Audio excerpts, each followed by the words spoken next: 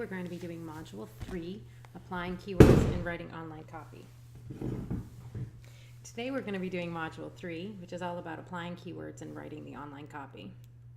So the objectives from today is for you to understand how important each on-page element is that impacts SEO, to learn how to write for scanning behavior, because we all scan online, how to edit web pages and other online assets for organic traffic and SEO, get a sense of how to organize your keyword research and your online research and apply it to your editing and writing. And then ultimately, I want you to get some practice around writing the various SEO copywriting elements. So the first lesson, we're going to be talking about Google's rules and SEO best practices around content. And then in lesson 2, we're going to be talking about keyword placement and where to put the keywords in the metadata. Lesson 3, we're going to be talking about the links in your copy and how to do them in a way that's beneficial and not potentially harmful. Lesson 4, I'm going to be talking about web writing best practices. Lesson 5, we're going to be talking about the other things you can optimize that aren't web pages that could get you organic search traffic and organic visibility. Lesson 6, I'm going to talk through how to organize all your keyword research and create a writing plan. Lesson 7, we're going to be talking about how to make your content shareable and how to integrate social media. And lesson 8, we're talking about measuring your ROI. Lesson 1, Google's rules around content. Ultimately, I got a quote here from Rand Fishkin. He's the founder of Moz, which is a big software company and place where you can learn more about SEO. But he basically says, make sure that whatever you're doing it for a visitor, not just for SEO. So that's the big takeaway from this entire deck, is make sure that what you're doing is creating quality content that works well for your visitor. So what is quality content? Well, ultimately, in the Google world, that if your content is not worthy, you don't get any ranking in Google.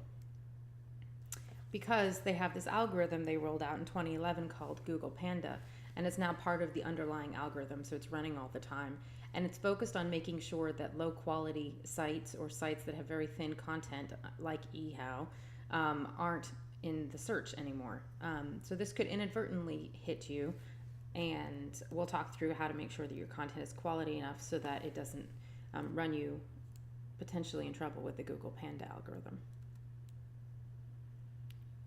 So here's a quote from Google. Google says, think about what makes your website unique, valuable, or engaging, and make sure your website stands out from others in your field.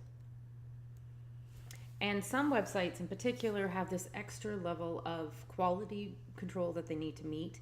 They're called Your Money or Your Life pages. This is pulled from Google's Human Rater Guidelines book. So those are the people that are employed part-time to review websites and make sure that they're quality enough and their impact goes back into the algorithm. So all of these people employed part-time by Google actually have this guidebook that they use to do their job, and part of it talks about how to evaluate quality of content.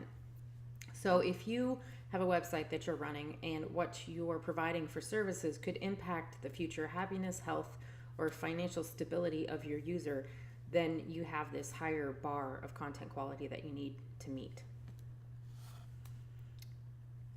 All sites need to meet this thing called EAT, and this is the piece that the human raters evaluate against. It's called expertise, authoritativeness, and trustworthiness. But particularly for these Your Money or Your Life pages, that information needs to come and be clear online that it's coming from people with appropriate medical expertise or accreditation, and it has to be written in a very professional style, well edited, updated regularly. And that if there is scientific consensus around the issue, that's what you should be writing about, if that consensus exists.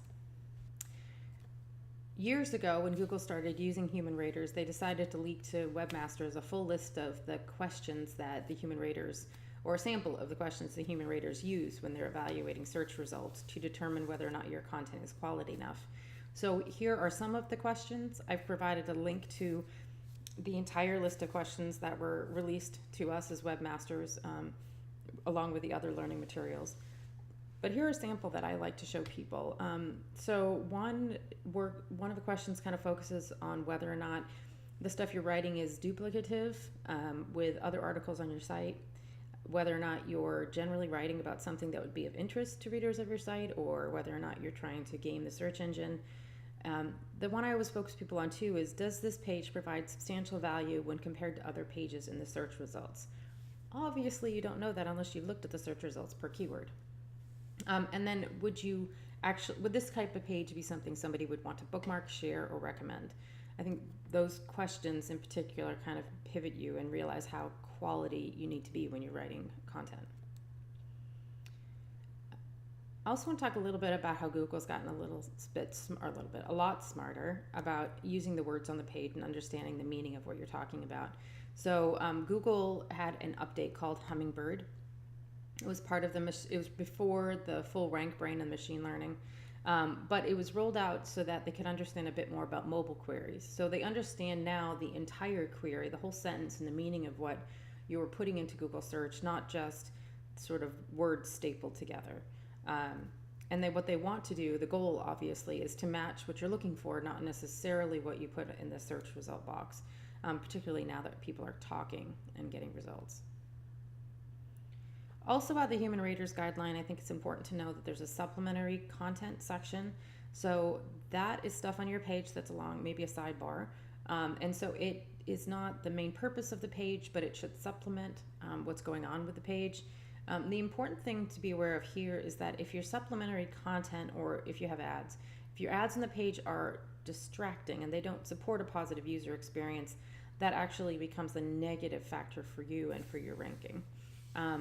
And you shouldn't be misleading. So if there's a sidebar and the user is going to expect they go to another page on your website, and instead they go to another page and it looks radically different, or they're sent off to another website, that could also be a negative factor.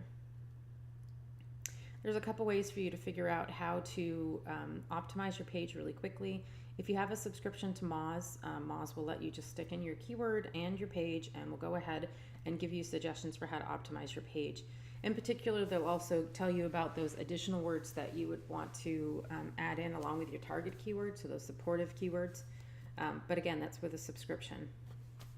If you don't have a subscription to Moz, there's a couple of sort of DIY tools that are free that you could use to find those related terms that Google's looking for when you're talking about the topic holistically. So one is Google. So when you search on Google, down on the bottom, there's searches related to your keyword, and it'll pop up related terms that make sense and probably should be in your copy. There's also Solve, which actually does auto-suggest across a wide variety of search engines all at the same time, and so you can kind of see the other drop downs, so that'll pull from some of the other search engines and makes it much faster and easier, especially now that Google doesn't do a lot of the auto-suggest anymore. Okay, so we have covered why you would need to use supportive terms in your copy and how to find those supported terms associated with your target keywords. Let's take a moment to actually add some notes to your journal. So what are the pieces that actually stuck out to you as important?